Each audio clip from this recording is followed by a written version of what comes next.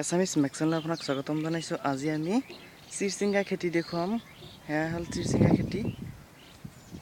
এই গছজোপাটো দেখিছে যিটো, এইটো অন্য কোনো গছজোপা নহয়।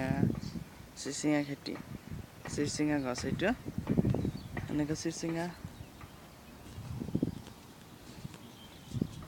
আৰু চাওক, এনেকুৱা চিৰচিঙা খেতি। চিৰচিঙা কিমান আহিছে। ইয়াত ইমান খৰচ কৰিব নালাগে, ইমান সাৰ ঔষধ প্ৰয়োগ কৰিব নালাগে। এইটো আমাৰ ঘৰুৱা ভাষাত চিৰচিঙা বুলি কয়। আপোনালোকে কি ভাবে আৰু কি নাম, সেইটো আপোনালোকে নিশ্চয় গম পাব। অসমীয়া ভাষাত কি কয় চিৰচিঙা, আমাৰ ঘৰুৱা ভাষাতহে চিৰচিঙা বুলি কওঁ।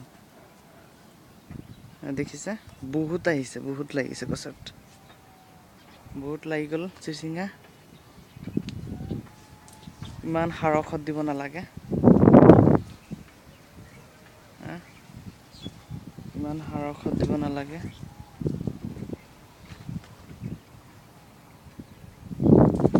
আকৌ মাজে মাজে সিহঁতে আকৌ এনেকুৱা তিয়ঁহ খেতিও লগাইছে।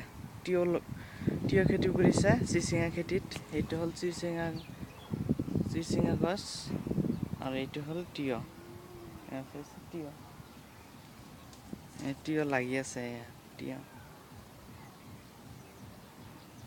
মানে দুইটা খেতি কৰিছে, পটাৰ ওপৰতে পঠা পেলাবৰ কাৰণে এনেকুৱা খেতি কৰিছে, যাতে লছ নহয় খেতিয়কৰ।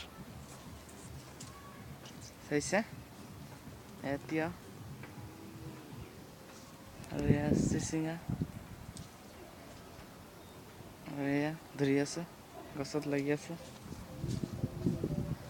মোৰ ভিডিঅ'টো কোনোবাই যদি ভাল পাইছে তেনেহ'লে লাইক কৰক, শ্বেয়াৰ কৰক, লগতে ছাবস্ক্ৰাইব কৰিব একেবাৰে নাপাহৰিব। এনেকুৱা নতুন নতুন ভিডিঅ' আনিবলৈ সক্ষম হ'ম। আৰু এনেকুৱা আপোনাৰ এটা ছাবস্ক্ৰাইবে মোক বহুত উৎসাহ জনাব আৰু নতুন নতুন ভিডিঅ' বনাবলৈ মই সক্ষম হ'ম। ধন্যবাদ। জয় অসম।